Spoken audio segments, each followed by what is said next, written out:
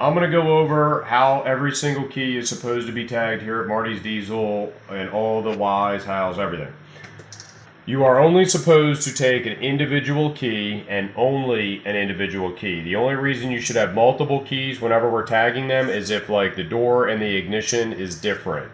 The only time that there should be a remote on the keys is if the remote is required to get in and out of the vehicle. If the remote is not required, then you should absolutely not have the remote on there.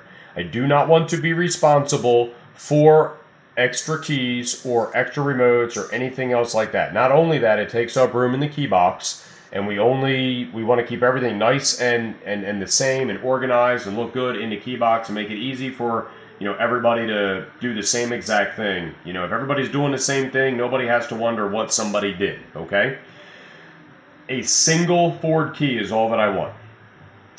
If there's already a ring on it, great. If not, we have rings. Get you a key tag. You need to write the customer's first name and last name on the key tag. You need to write it legibly. This guy's name in particular is Nathan Duff, right? Yes, that's what I remember saying, yes.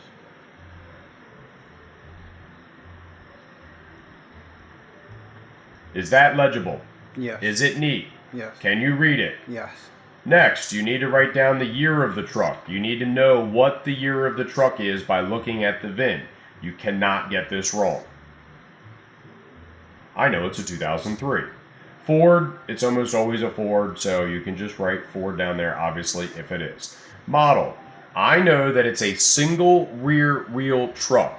It might be a 250, it might be a 350, but my recommendation would be that if it's a 350, you write down SRW. Does that make sense? That way it's not DRW, like dual rear wheel, because that's what the F350s can be, right? Yes. So I don't know exactly what it is, but it's either a 2 or 350, but it's also a single rear wheel. Does that make sense? Yes. It might be a 2, it might be a 3. I don't know. I'm just going to write down 2 for now. That is almost not significant for why the truck's here. It's here for an engine-related problem. The 250s and 350 single rear wheel trucks have the same engine in them.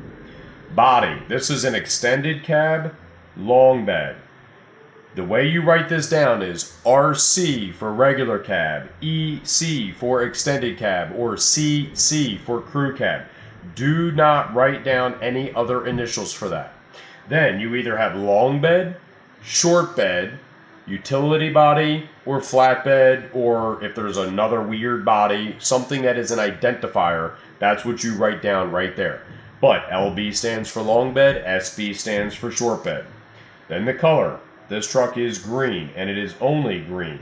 So you need to write down that it is green.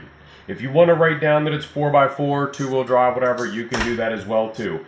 But we have up to 30 keys in our key box at any one time.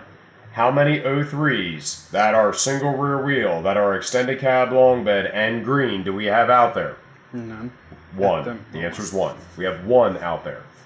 So, can you identify, even if you don't know the person's name, what truck is out there, even if you don't know the name, based off this information here? Yes. You can.